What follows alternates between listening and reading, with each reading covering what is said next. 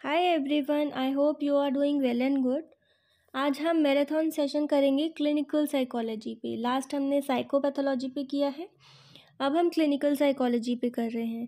देखो, इसकी हिस्ट्री पढ़ लेते हैं कि क्लिनिकल साइकोलॉजी की शुरुआत कैसे हुई। Clinical psychology emerged in the late 19th and early 20th centuries, drawing from fields like philosophy, psychiatry, and psychology.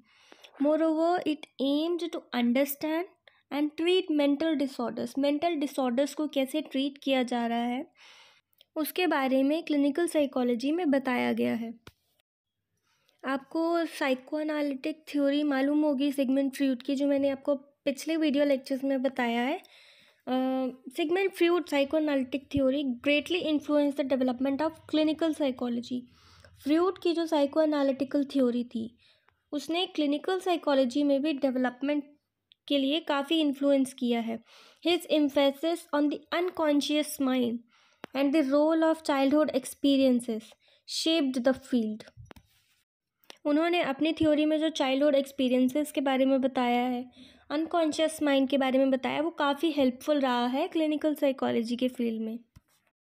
अब जैसे साइको एनालिसिस ने हेल्प किया है, सिमिलरली बिहेवियरिज्म ने भी किया है। In the early 20th century, behaviourism gained prominence focusing on observable behaviour and learning principle. Behaviourism में किस पे फोकस किया गया है? जो बिहेवियर हम ऑब्जर्व कर रहे हैं उस पर, और एक कंडीशनिंग लर्निंग पर। ठीक है, तो this approach led by the psychologist like B.F. Skinner influenced clinical practice as well. Now comes humanistic psychology. The humanistic movement led by Carl Rogers and Abraham Maslow emphasized the importance of self-actualization, personal growth, and the individual's subjective experience. This also had a significant impact on clinical psychology. Humanistic psychology ने भी काफ़ी influence किया है clinical psychology को। Cognitive revolution ने भी काफ़ी help किया है। See, in the 1950s and 1960s, the cognitive revolution led to the shift in focus from behaviour to internal mental process. Mental process के बारे में कॉग्निटिव में बताया गया है। तो cognitive therapy such as CBT, that is cognitive behavioural therapy, became widely use in clinical practice. CBT का काफ़ी यूज़ कहाँ पर है? क्लिनिकल साइकोलॉजी में। तो इस सब से क्या पता चल रहा है कि over time clinical psychology embraced a more integrative approach, incorporating various theoretical perspectives and treatment modalities. This allowed for a more comprehensive understanding and treatment of mental health issues. ये psychoanalysis, behaviourism, humanistic psychology, cognitive revolution, इन सब की help से clinical psychology जो है वो evolve कर पाया है। अब जो रिसेंट डिकेड्स में ये पाया गया है कि एविडेंस बेस्ड प्रैक्टिस जो है क्लिनिकल साइकोलॉजी में, उस पर एम्फेसिस काफ़ी किया गया, ये काफ़ी बढ़ रहा है।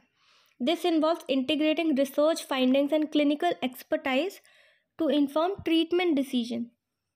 एविडेंस बेस्ड प्रैक्टिस जो होती है वो भी हमारी क्लिनिकल साइकोलॉजी में काफ़ी हेल्प कर रही है। Recognizing the importance of cultural factors in mental health, clinical psychology has increasingly focused on multicultural competence. सारे कल्चर्स को साथ में लेके चल रही है, understanding and addressing the unique needs of diverse population. अब जो क्लिनिकल साइकोलॉजी है उसका काफ़ी एडवांसमेंट हो गया है। किसमें? Neuroscience, technology, integration of different therapeutic approaches. It encompasses a wide range of specialities including child psychology, forensic psychology and health psychology. इसका काफ़ी स्कोप बढ़ता जा रहा है। Before proceeding further, let's understand what is clinical psychology. Clinical psychology is that branch of psychology which focuses on diagnosing and treating mental, emotional and behavioural disorders. जब ये diagnose करती है डिसऑर्डर्स को और फिर उसको ट्रीट करती है, चाहे वो मेंटल डिसऑर्डर हो, इमोशनल डिसऑर्डर हो या फिर बिहेवियरल डिसऑर्डर हो। Clinical psychologists conduct comprehensive assessments to understand individual psychological functioning, including interviews, psychological tests and observations. जो क्लिनिकल साइकोलॉजिस्ट हैं वो कॉम्प्रिहेंसिव असेसमेंट्स करते हैं। किस लिए? ताकि वो एक इंडिविजुअल की साइकोलॉजिकल फंक्शनिंग को समझ सकें, किसके थ्रू करते हैं? वो इंटरव्यूज़ लेते हैं, साइकोलॉजिकल टेस्टिंग करते हैं और उनको ऑब्जर्व करते हैं। मतलब असेसमेंट के थ्रू पता लगाया जाता है कि क्या डिसऑर्डर है, मतलब एक इंडिविजुअल की फंक्शनिंग के बारे में पता लगता है।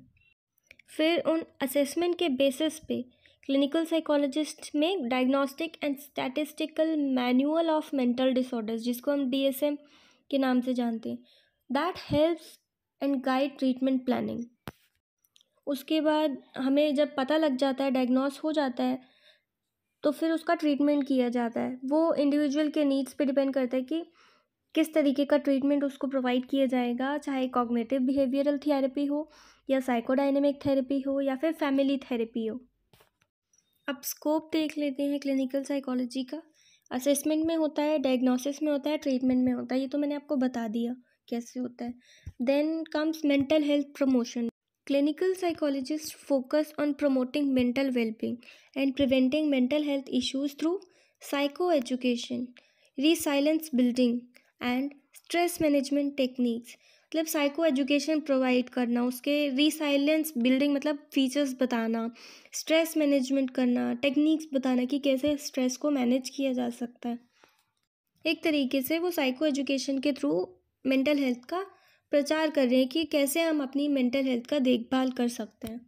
नेक्स्ट है रिसर्च की फील्ड में। Many clinical psychologist engage in research to advance the field's knowledge and develop effective interventions. They conduct studies on topics like treatment outcomes, risk factors, and the development of mental health disorders. Research के through भी clinical psychology का बहुत scope है, तब उससे knowledge gain कर सकते हैं। किसी पर्टिकुलर टॉपिक को पढ़ के उसके ट्रीटमेंट आउटकम्स, रिस्क फैक्टर्स और उसको कैसे मेंटल हेल्थ डिसऑर्डर को ट्रीट किया जा सकता है, ये भी पढ़ते हैं। नेक्स्ट है clinical psychologist often teach supervise students pursuing careers in psychology. Teaching और सुपरविजन के स्कोप में भी काफ़ी है। They share their expertise and help train future professionals in the field. Clinical psychologists collaborate with other professionals as well, such as psychiatrists, social workers, and educators to provide consultation and guidance on mental health issues.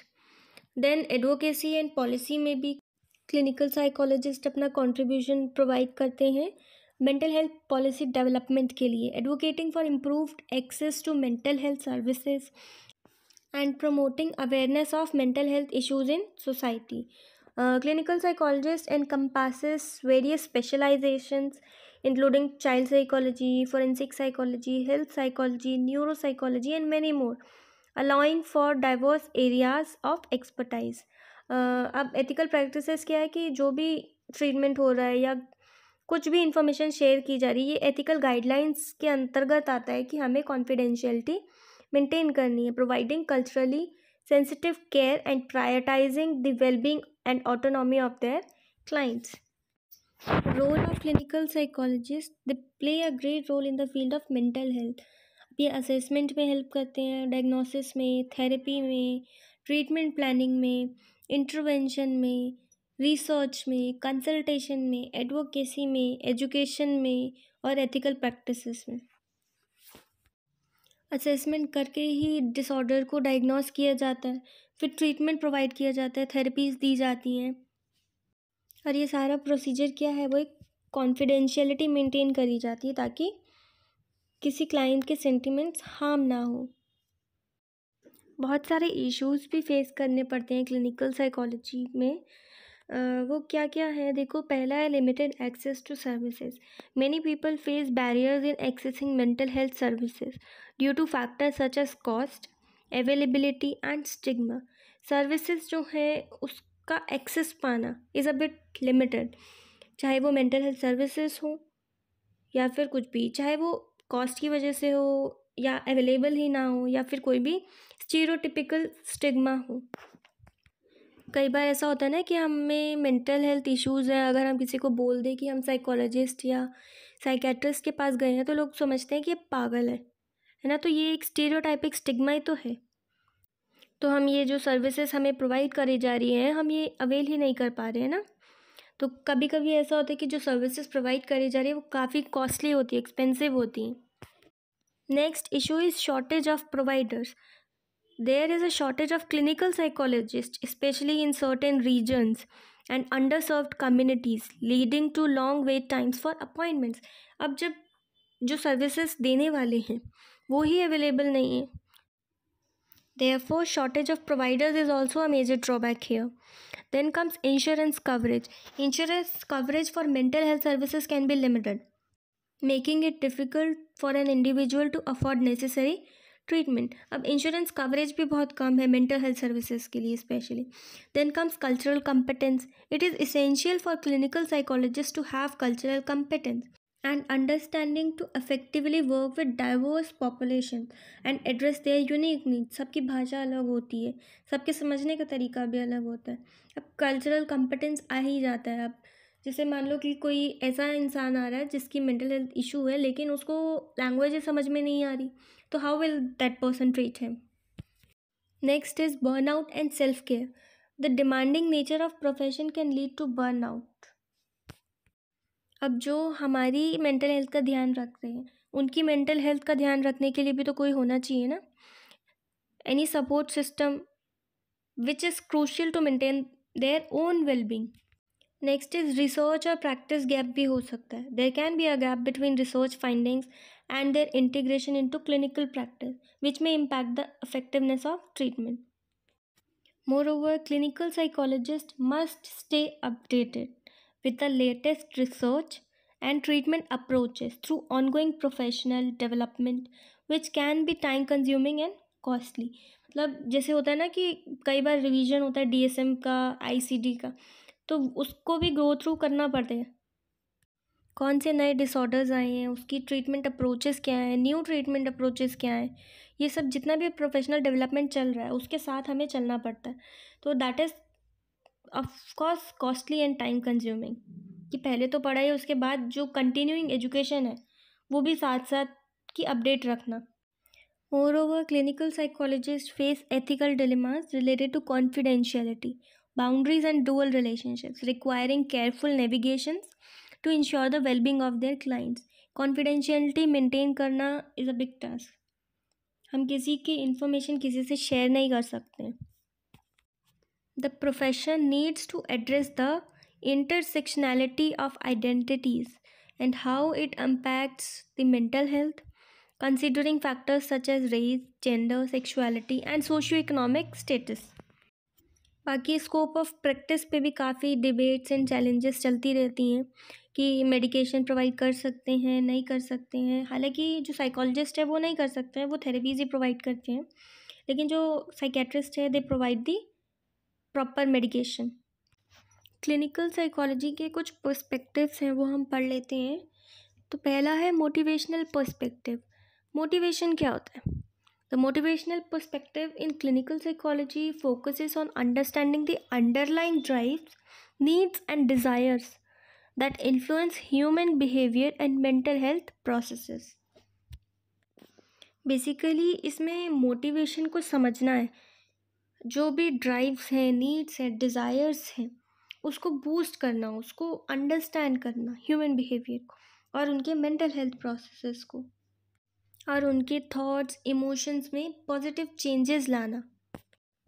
जब उनके drives, needs और desires को समझ लेते हैं तो उसके according ही approach को प्रोवाइड करना जो कि उन्हें मोटिवेट कर सके अपने गोल को अचीव करने के लिए.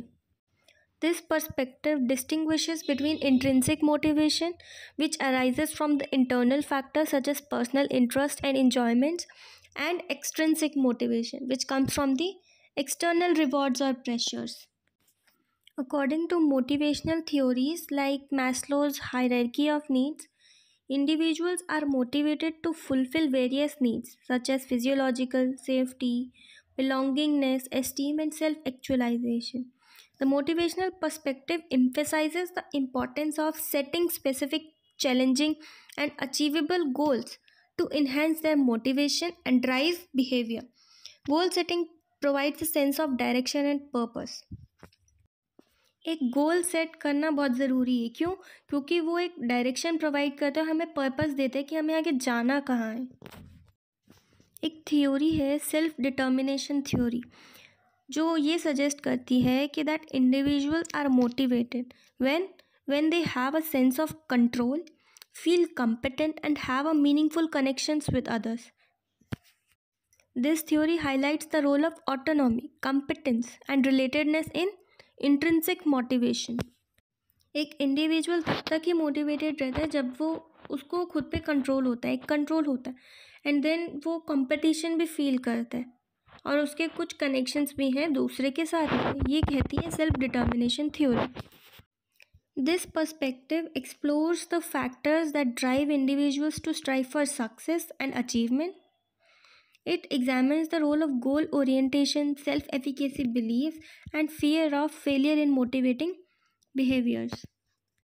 हमारा जो मोटिवेशनल पर्सपेक्टिव है वो एक्सप्लोर करता है कि कौन से फैक्टर्स हमारी सक्सेस के लिए यूज़ हुए या कौन से हमारी फेलियर की वजह बने. This motivational perspective recognizes the importance of self regulation as well. Self regulation में क्या होते हैं? गोल्स को सेट करना, अपनी प्रोग्रेस को मॉनिटर करना, अपने ऑब्स्टिकल्स को ओवरकम करने के लिए स्ट्रैटेजीज बनाना, फोकस्ड रहना. This comes under self regulation. Next is attribution theory. This theory explores how individuals attribute their success and failures to internal और एक्सटर्नल फैक्टर्स. इसमें ये बताया गया है कि कोई भी इंडिविजुअल जब सक्सेस होता है तो वो अपनी सक्सेस की वजह कौन से फैक्टर्स को बताता है, इंटरनल या एक्सटर्नल एंड वाइस वर्सा. ठीक है, और फेलियर्स के लिए भी. It examines how attributions influence motivation and the effort individuals put into achieving their goals. Motivational perspective जो है वो कॉन्सेप्ट ऑफ फ्लो पे भी स्टडी करता है, which refers to the state of complete immersion and focus in an activity. और ये flow होता क्या है? It is characterize by a balance between individual skills level and the challenge of the task, resulting in optimal motivation and performance. Motivational interviewing क्या होता है? This approach in clinical psychology aims to enhance motivation and facilitate behavior change. ठीक है, basically ये intrinsic motivation को build करती है और कमिटमेंट टू चेंज लाने के लिए मोटिवेट करती है. Adaptational perspective focuses on how individuals adapt to their environment and cope with life's challenges. It recognizes that individuals' well-being is influenced by their ability to adapt effectively. कि हम कैसे challenges को accept कर रहे हैं, कैसे हमारे जो environment है उसको adapt कर रहे हैं और जितने भी obstacles आ रहे हैं, challenges आ रहे हैं, उसको कैसे cope up कर पा रहे हैं. This perspective emphasizes the impact of stress on mental health and the strategies individuals use to cope with stressors.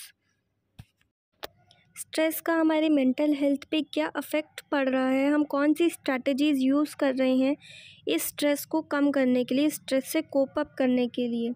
It examines how individuals adaptive responses can influence their psychological wellbeing. ये बता रहा है कि जो भी हम स्ट्रैटेजीज़ यूज़ कर रहे हैं वो हमारे साइकोलॉजिकल वेलबींग को कैसे अफेक्ट कर रही है, कैसे इन्फ्लुएंस कर रहे हैं, हम जो जिस तरीके से अडेप्ट कर पा रहे हैं. The adaptational perspective highlights the concept of resilience. Resilience के कॉन्सेप्ट को हाईलाइट कर रहा है. इसमें वो क्या होता है? रीसाइलेंस है refers to individuals ability to bounce back from adversity and maintain mental health. It explores the protective factors that contribute to resilience. कि कैसे एक इंडिविजुअल एडवर्सिटी को फेस करके फिर से वापस से अपनी मेंटल हेल्थ का ध्यान रख पाता है, कैसे अपनी मेंटल हेल्थ की केयर कर पा रहा है, कैसे अपनी मेंटल हेल्थ को ठीक कर रख. This perspective recognizes that adaptation is a lifelong process and examines how individuals adapt to different stages of development. कि कैसे हर एक स्टेज में जो भी इंडिविजुअल है वो अडेप्ट कर पा रहा है. It considers factors such as social, cognitive and emotional development. The adaptational perspective adopts a holistic approach by considering the interplay between biological, psychological and social factors in adaptation. ये तीनों factors जो हैं, biological, psychological and social factors, affect करते हैं हमारे individual की wellbeing को. It recognises the multiple factors influence individuals wellbeing. इसी को ही बायो साइको सोशल मॉडल बोला गया. This perspective acknowledges that individuals may experience maladaptive reactions to stressors, जिसको adjustment disorders भी बोलते हैं. It focuses on understanding and treating these disorders to promote adaptive functioning. Adaptational perspective emphasizes the importance of developing effective problem-solving skills. Problem-solving skills को भी develop करने के लिए emphasize करता है. Why? So that to navigate life challenges को face करने के लिए. It explores how individuals can learn and apply problem-solving strategies to enhance adaptation. This perspective recognizes the role of social support in adaptation. कि हमारा जो social network है, हमारी जो सोशल रिलेशनशिप्स हैं, सपोर्ट सिस्टम है, वो कैसे हमारी वेलबींग को अफेक्ट करता है, इन्फ्लुएंस करता है. Adaptational perspective acknowledges the influence of cultural factors on adaptations as well. It considers how cultural norms, values, beliefs shape individuals' adaptive responses and mental health outcomes. Cultural context भी, social support भी, problem solving skills भी, ये सब चीज़ें कैसे influence कर रही है हमारी मेंटल हेल्थ को. ऑल्सो इनका ट्रीटमेंट भी कैसे किया जा सकता है. In clinical practice adaptational perspective guides interventions aimed at promoting adaptive functioning and well-being. It focuses on helping individuals to develop adaptive coping strategies and improve their overall adaptation. The third perspective is ecological perspective. The ecological perspective in clinical psychology focuses on understanding how individuals interact with the environment and how these interactions influence their mental health. कि कैसे एक individual environment से interact करता है और ये interactions उसकी mental health पे क्या असर डालते हैं. The ecological perspective emphasizes the importance of considering the broader context in which individuals live. It recognizes that individuals are influenced by various environmental factors including their family, community, culture and societal norms. ये सारे factors influence करते हैं individual की mental health पे. This perspective adopts a system approach viewing individuals as a part of interconnected system. जो ecological perspective है इसने कौन सी अप्रोच यूज़ करी है? System approach. इनका मानना है कि जो भी एक इंडिविजुअल है वो इंटरकनेक्टेड सिस्टम्स का पार्ट है. It examines how changes in one system can impact other system such as how family dynamics can affect an individuals mental wellbeing. कुछ सिस्टम पढ़ लेते हैं आप. Microsystem, mesosystem, exosystem, macrosystem, chronosystem. Micro system में क्या आता है? Immediate environment जिससे एक इंडिविजुअल डायरेक्टली इंटरैक्ट कर रहा है. फॉर एग्जांपल फैमिली हो गया, स्कूल हो गया, वर्क प्लेस हो गया, ये आते हैं हमारे माइक्रो सिस्टम में. It explores how these micro system shape individuals experiences and development. whereas meso system refers to the connections between different microsystem. अलग अलग माइक्रो सिस्टम का कनेक्शन है meso system. It examines how interaction and relationships across various contexts can influence individuals well-being. Micro system में आता है जिसमें individual directly interact करता है, family, school, work place. Meso system में आता है अलग अलग माइक्रो सिस्टम्स. और एक्सो सिस्टम में क्या आता है? It includes settings that indirectly impact individuals life. Indirectly जो अफेक्ट कर रही है, जैसे कि government policy, social institutions. Macro system encompasses the broader cultural and societal influences on individuals. It explores how cultural values, beliefs and norms shape individuals' mental well-being and adaptation. कैसे cultural values, beliefs, norms ये सारी चीज़ें individual के mental wellbeing पे affect करती है. ये आता है हमारा मैक्रो सिस्टम के under.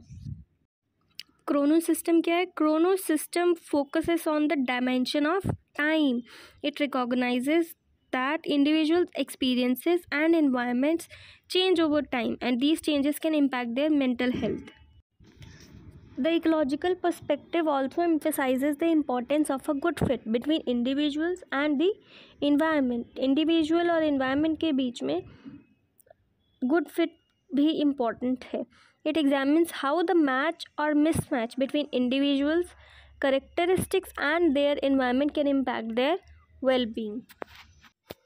Now comes clinical assessment. Clinical assessment क्या होता है? Clinical assessment refers to collecting information को कलेक्ट करना, फिर जो इन्फॉर्मेशन कलेक्ट हुई है उससे कंक्लूजन्स निकालना।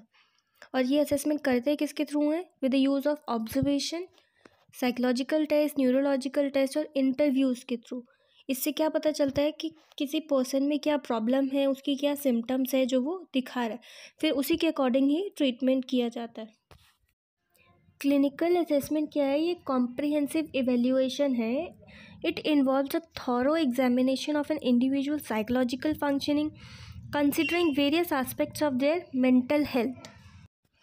एकदम थॉरो एग्जामिनेशन होता है साइकोलॉजिकल फंक्शनिंग का, जो कि मेंटल हेल्थ के वेरियस एस्पेक्ट्स को कंसिडर करता है। Psychologists use a variety of methods such as interviews, psychological tests to gather information about the individual's symptoms, behaviors, thoughts and emotions.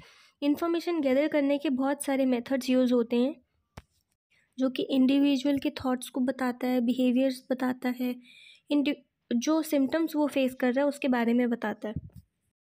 अब असेसमेंट कर लिया, इन्फॉर्मेशन गैदर कर ली, अब हम जो भी डिसऑर्डर है वो डायग्नोस करते हैं क्लिनिकल असेसमेंट की हेल्प से। Clinical assessment helps in diagnosing psychological disorders by identifying the patterns of symptoms and assessing their severity and impact on their daily functioning. हमने जब साइकोलॉजिकल डिसऑर्डर डायग्नोस कर लिया, उसके सिम्टम्स के पैटर्न को देख लिया, वो कितना सीवियर है और उसकी डेली लाइफ में क्या इम्पैक्ट डाल रहा है, फिर उसके हिसाब से एक अप्रोच तैयार की जाती है जो कि उसके ट्रीटमेंट के लिए हेल्प करती है। The assessment is tailored to each individuals unique needs and circumstances taking into account their cultural background, personal history and individual differences. The information gathered during the assessment guides the development of personalized treatment plans targeting specific areas of concerns and addressing the individual's need. जब treatment provide करा जाता है diagnose करने के बाद, एक personalised approach दी जाती है उसको, फिर वो जो क्लिनिकल असेसमेंट है उसको ऑनगोइंग प्रोसेस है, वो रेगुलरली चेक किया जाता है उसको और इवेल्युएट किया जाता है, मॉनिटर किया जाता है कि ट्रीटमेंट जो है वो ठीक से हो रहा है या नहीं हो रहा है, इफ़ेक्टिव है या नहीं है। और ये सारा प्रोसीजर जो है कॉन्फिडेंशियल रखा जाता है, इंडिविजुअल की प्राइवेसी को मेंटेन रखा जाता है। अब देख लेते हैं पर्पस क्लिनिकल असेसमेंट का। डायग्नोसिस में होता है, ठीक है, ट्रीटमेंट प्लानिंग करी जाती है, फिर उसकी जो प्रोग्रेस है, जब ट्रीटमेंट दिया जाता है उसकी प्रोग्रेस को भी मेंटेन रखा जाता है, फिर उसमें जो भी रिस्क फैक्टर्स है उसको आइडेंटिफाई किया जाता है। जो क्लिनिकल असेसमेंट किए जाते हैं वो रिसर्च में भी काफ़ी हेल्पफुल होता है, helping to advance the field of psychology and improve treatment approaches. Moreover legal and forensic purposes के लिए भी क्लिनिकल असेसमेंट्स को यूटिलाइज किया जाता है, such as determining competency to stand trial और assessing the mental state of an individual involved in a legal case. Clinical assessment की 6 stages हैं। सबसे पहले है initial interview. The first stage involves an initial interview where the clinician gathers information about the individuals presenting concerns, personal history and current symptoms. This helps in establishing rapport and understanding the individual's unique situation. Individual की जो भी concern है, main concern है, जो problem आ रही है वो जानते हैं, पर्सनल हिस्ट्री के बारे में और जो सिम्टम्स वो फेस कर रहे हैं उसके बारे में इंफॉर्मेशन को गैदर किया जाता है। Next stage is psychosocial assessment, which involves gathering information about various psychosocial factors that may be influencing the individual's mental health. और वो factors कौन कौन से हो सकते हैं? Family dynamics, social support, education and employment history. The third stage is psychological testing. इसमें क्या किया जाता है? क्वेश्चनायर्स का यूज़ किया जाता है.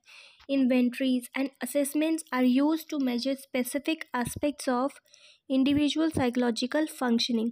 These tests provide objective data and help in diagnosing mental health conditions, assessing personality traits and identifying strength and weakness. इसमें बेसिकली इंडिविजुअल की साइकोलॉजिकल फंक्शनिंग के बारे में जाना जाता है टेस्ट की हेल्प से, चाहे वो क्वेश्चनायर के थ्रू हो, इन्वेंट्रीज के थ्रू हो या फिर असेसमेंट के थ्रू हो। ये ऑब्जेक्टिव डेटा को कलेक्ट करने में हेल्प करता है और मेंटल हेल्थ को डायग्नोस करने में। उसकी पर्सनालिटी ट्रेट्स क्या है, उसकी स्ट्रेंथ क्या है, उसकी वीकनेस क्या है, ये सब साइकोलॉजिकल टेस्टिंग के अंडर आता है। Next stage is observing the individual's behavior in various settings can provide valuable insights into their functioning. Behavior को observe करना अलग अलग settings में, this may involve observing interactions, noting behavioral patterns and assessing how the individual respond to different situation. हर अलग अलग situation में वो कैसे respond कर रहा है, उस behavior को record करना. Next stage is collateral information. In some cases, information from collateral sources such as family members, teachers or other healthcare professionals may be gathered to gain a more comprehensive understanding of individuals' functioning. कई बार होता है कि जो individual वो खुद से नहीं बता पाता, लेकिन हम उससे जुड़े लोगों से, जैसे कि फैमिली हो गए, फ्रेंड्स हो गए, टीचर्स हो गए, कभी कभी जहाँ उन्होंने पहले ट्रीटमेंट भी कराया हो हेल्थ केयर प्रोफेशनल से, वहाँ से भी इंफॉर्मेशन उस इंडिविजुअल के बारे में ले सकते हैं. Next stage is formulation and diagnosis. Based on the information gathered, the clinician formulates a comprehensive understanding of individuals' concerns and makes a diagnosis if applicable. This helps in developing an appropriate treatment plan. अब हम पढ़ेंगे clinical interviews के बारे में. Clinical interviews क्या होते हैं? These are the fundamental component of the assessment process in psychology. They involve a face-to-face conversation between clinician and an individual seeking help. Basically एक इंटरव्यू जैसे होता है ना, फेस टू फेस कॉन्वर्सेशन होती है एम्प्लॉय और बॉस में. Similarly इसमें फेस टू फेस कॉन्वर्सेशन होता है क्लिनिशियन में और जिसको हेल्प चाहिए.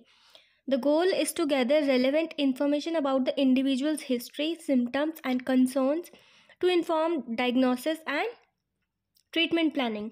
इंडिविजुअल और क्लिनिशियन का फेस टू फेस कॉन्वर्सेशन होता है जिसमें इंडिविजुअल की हिस्ट्री के बारे में पता लगाया जाता है, सिम्टम्स के बारे में डायग्नोस किया जाता है, उसकी जो भी प्रॉब्लम हो रही है, फिर ट्रीटमेंट किया जाता है. बेसिकली क्लिनिकल इंटरव्यू एक असेसमेंट का प्रोसेस है जो कि साइकोलॉजी में यूज़ हो रहा है.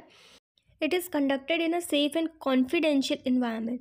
This can be structured, semi structured और unstructured depending on the clinicians approach and the individuals needs. Okay, ये स्ट्रक्चर्ड भी हो सकता है, सेमी स्ट्रक्चर्ड भी हो सकता है, अनस्ट्रक्चर्ड भी हो सकता है. ये क्लिनिशियन की अप्रोच पे डिपेंड करता है और इंडिविजुअल के नीड पे. They may involve open ended questions, probes and active listening to encourage the individual to share their thoughts and experiences. इसमें ओपन एंडेड क्वेश्चंस भी पूछे जा सकते हैं. बेसिकली इनका मोटिव ये होता है कि हम जितने भी थॉट्स हैं, एक्सपीरियंसेस हैं, वो इंडिविजुअल से खुद निकलवा सकें, वो खुद बताए अपने बारे में कि उसको क्या प्रॉब्लम हो रही है, ऐसा क्यों हो रहा है, अपने थॉट्स और इमोशंस को बताए. क्लिनिकल इंटरव्यूज़ 4 टाइप्स के होते हैं: diagnostic interviews, intake interviews, crisis interviews and follow up interviews. Basically जो डायग्नोस्टिक इंटरव्यूज़ होते हैं that focus on gathering information, वो इंफॉर्मेशन गैदर करने के लिए जो कि एक स्पेसिफिक डायग्नोसिस के लिए यूज़ हो रही है. मतलब it is use to determine a specific diagnosis such as structured clinical interview for DSM. Intake interviews are conducted at the beginning of therapy से पहले किए जाते हैं intake interviews. For what? For to gather information about the individuals background and current concerns. Crisis interviews are conducted in emergency situation. Emergency situations में ये वाले interviews conduct किए जाते हैं, crisis interviews, for assessing immediate risk and providing support. Last is follow up interviews. इसमें क्या किया जाता है? These interviews are conducted to monitor progress को मॉनिटर करने के लिए और एडजस्टमेंट करने के लिए ट्रीटमेंट प्लान्स में. 5 स्टेजेस होती हैं क्लिनिकल इंटरव्यू की. सबसे पहला है introduction. The clinician establishes rapport, explains the purpose of interview and ensures confidentiality. Introduction में क्या होता है? जो क्लिनिशियन है वो अपनी रेपो बनाता है, पर्पस बताता है इंटरव्यू का कि किस लिए दिया जा रहा है और कॉन्फिडेंशियलिटी को मेंटेन करता है. The second stage is opening questions. The clinician ask open ended questions to encourage the individual to share the concerns and experiences. Questions पूछता है ताकि इंडिविजुअल अपने एक्सपीरियंसेस और कंसर्न्स को शेयर करें. The third stage is gathering information. The clinician collects information about the individual's history, symptoms, and current functioning. The fourth stage is exploration. The clinician delves deeper into specific areas of concern. Specific area जो होता है हमारी study करने के लिए या concern जिसका है main, such as relationship, emotions, behaviours. मतलब मेन फोकस किया जाता है जो कि एक स्पेसिफिक एरिया है जिसके बारे में वो बता रहा है, प्रॉब्लम है जिसमें. उस पर फोकस किया जाता है. And the fifth stage is closure. The clinician summarizes the main points discussed, addresses any questions or concerns, and provides the next steps. Let's study about test in clinical use. Over here we will be studying about the role of psychological test in psychodiagnosis. उससे पहले हम ये समझ लेते हैं कि psychological test क्या होते हैं. Psychological test are the tools used to measure various aspects of an individual's psychological functioning. वो टूल्स होते हैं जो कि बहुत सारे एस्पेक्ट्स को समझता है. साइकोलॉजिकल फंक्शनिंग एक इंडिविजुअल की समझता है. They help assess personality traits, cognitive abilities, emotional states and mental health conditions. ये मेंटल हेल्थ कंडीशंस के बारे में बताता है. कॉग्निटिव एबिलिटीज़, इमोशनल स्टेट क्या है, पर्सनैलिटी ट्रेट्स क्या है एक इंडिविजुअल की, वो असेस करने में हेल्प करते हैं psychological test. These tests provide valuable insights for understanding individuals and guiding psychological diagnosis and treatment. फिर इसी की हेल्प से ही साइकोलॉजिकल डायग्नोसिस होता है, फिर उसका ट्रीटमेंट किया जाता है. कुछ टेस्ट के नेम हो गए MBTI, MMPI, WAIS. डिटेल में पढ़ेंगे अभी. पहले रोल पढ़ लेते हैं साइकोलॉजिकल टेस्ट का. सबसे पहला है assessing personality. Test like Myers Briggs type indicator, that is MBTI or Big 5 personality inventory, help identify personality traits and patterns. Personality को असेस करने में हेल्प करते हैं psychological test. These help in identifying disorders. कौन से test help करते हैं? Minnesota multiphasic personality inventory, जिसको MMPI के नेम से जानते हैं. The third is measuring intelligence. Intelligence measure करने में भी हेल्पफुल होते हैं psychological test. IQ test like WAIS, Wechsler adult intelligence scale, help gauge cognitive abilities and identify intellectual strength and weakness. The fourth role is evaluating psychopathology. Specific test like Rorschach inkblot test और thematic apperception test, जिसको TAT बोलते हैं, help assess underlying psychological issues. The fifth is tracking progress. Psychological tests can be used to monitor treatment progress and evaluate the effectiveness of interventions. WAIS, Wechsler Adult Intelligence Scale, it assesses various cognitive domains. बहुत सारे cognitive domains को ये assess करता है. For example, verbal comprehension, perceptual reasoning, working memory and processing speed. It consist of multiple सब test. Multiple सब test भी होते हैं इसके अंडर में. फॉर एग्जाम्पल इसमें हो गया vocabulary, matrix reasoning, digit span, symbol search, which provide a comprehensive evaluation of different cognitive abilities. This test uses standardized scoring based on a large sample of the population, allowing for meaningful comparisons of individuals' performance. एक standardized score लेके चलता है जो कि large sample पे based होता है और एक मीनिंगफुल कंपैरिजन प्रोवाइड करता है इंडिविजुअल की परफॉर्मेंस को मेजर करने के लिए.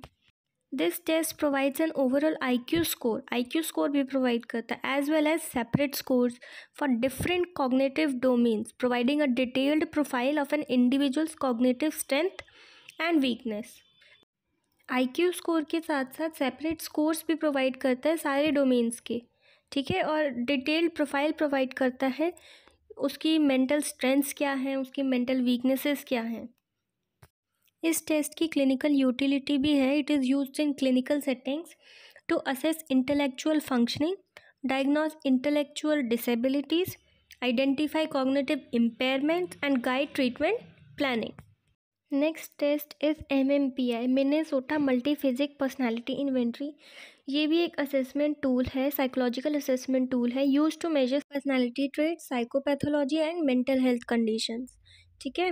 It consist of a large number of true false questions. इसमें ट्रू फॉल्स क्वेश्चंस होते हैं that cover a wide range of topics including thoughts, feelings, behaviours and attitudes.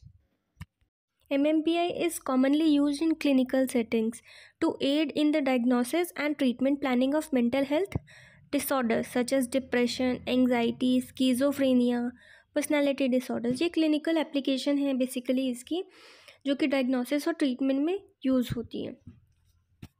The test includes validity scale that help assess the accuracy and consistency of responses. Result की reliability ensure करता है.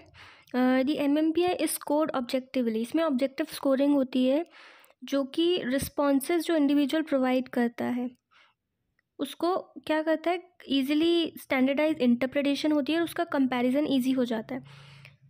The MMPI measures various dimensions of personality and psychopathology through subscales और clinical scales. सबस्केल्स और clinical scales की help से personality और psychopathology को major किया जाता है. मतलब बहुत सारे डायमेंशंस उसकी मेजर की जाती है. Providing detailed information about specific areas of functioning. The MMPI has a strong research base and has a demonstrated good reliability and validity across different populations and cultures. मतलब ये reliable है और इसकी एक research base है. Moreover, it is important to have the results of MMPI interpreted by a trained professional like psychologist or psychiatrist who can provide a comprehensive analysis and guide appropriate interventions if necessary. अब हम पढ़ लेते हैं thematic apperception test के बारे में. ये एक प्रोजेक्टिव टेस्ट है, प्रोजेक्टिव साइकोलॉजिकल टेस्ट है that aims to reveal a persons unconscious thoughts. एक इंडिविजुअल के अनकॉन्शियस थॉट्स को, फीलिंग्स को, मोटिवेशंस को रिवील करता है through the interpretation of ambiguous pictures. Pictures के थ्रू एक पर्सन के अनकॉन्शियस माइंड को रिवील करता है. The test consists of a set of picture cards depicting various scenes and situations. The individual is asked to create a story based on each picture, including details about the characters, their thoughts, emotions and events taking place. Picture cards दिए जाते हैं और उनको बोला जाता है कि इस पे कोई भी स्टोरी क्रिएट करो. The responses provided by the individual are then analyzed by a trained professional. फिर जो भी उन्होंने स्टोरी बनाई होती है, रिस्पॉन्सेस दिए होते हैं, एक ट्रेंड प्रोफेशनल ही उनको एनालाइज करता है and uncover the underlying themes, conflicts and personality dynamics. फिर पता लगाता है कि उनके अनकॉन्शियस माइंड में है क्या. TAT is used to assess aspects of a person's personality such as their needs, desires, fears, interpersonal relationships and self-perception. Basically, it is used to assess the personality of an individual. The test is based on the assumption that individuals will project their own unconscious thoughts and emotions onto the ambiguous pictures, revealing aspects of their personality that may be difficult to access through direct questioning. ये जो test है इस assumption पे based है कि जो भी वो स्टोरी लिखेंगे वो उनके अनकॉन्शियस थॉट्स और इमोशंस पे बेस्ड होगी, जो कि डायरेक्ट क्वेश्चनिंग करने पे हमें पता नहीं लग पाएगी उनकी पर्सनैलिटी के बारे में. टैट का भी क्लिनिकल एप्लीकेशन है. It is commonly use in clinical settings for personality assessment, psychotherapy and understanding the individual subjective experience. It is also utilized in research to explore topics such as motivation, emotion, and social cognition. Interpreting the TAT requires expertise and training as the result can be subjective and open to different interpretation.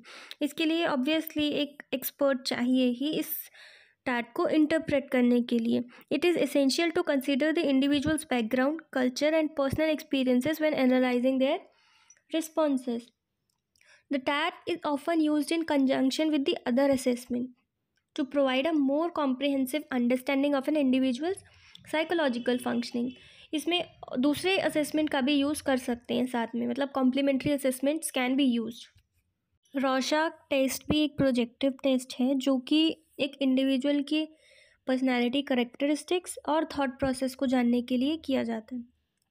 The test consist of a series of ink blot images which are symmetrical and ambiguous in nature. Ink blot images के through इस test को किया जाता है और वो जो ink blot images होती है वो सिमेट्रिकल होती है और एम्बिगुअस होती हैं. The individual is asked to describe what they see in each image including shapes, figures and any other details that come into their mind. उस इमेज को देख के जो भी इंडिविजुअल के दिमाग में आ रहा है वो उसको बताना होता है. The responses provided by the individual are then analyzed by a trained professional to identify patterns, themes and underlying psychological factors.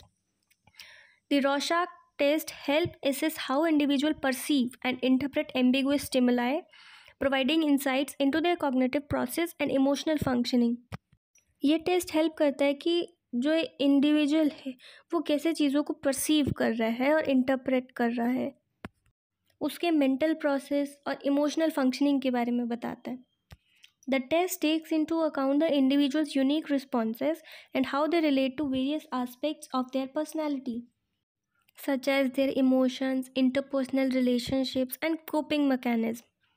The Rorschach test is often used as a part of comprehensive psychological assessment alongside other measures to gain a more holistic understanding of an individual psychological functioning. इस test को interpret करने के लिए भी expertise चाहिए, training चाहिए. As the results can be subjective and open to different interpretations, it is crucial to consider the individual's background, culture, personal experiences when analyzing their response. See, while the Rorschach test can provide valuable insight, it's not without its limitations. हमें ये वाला जो Rorschach test है, we should use it in conjunction with other assessment methods and clinical judgment for a comprehensive understanding of an individual psychological profile. Okay guys, that's all for the day. Thank you so much. I hope आपको समझ आ जाए. I know थोड़ा difficult है but हो जाएगा. Okay, bye bye, take care.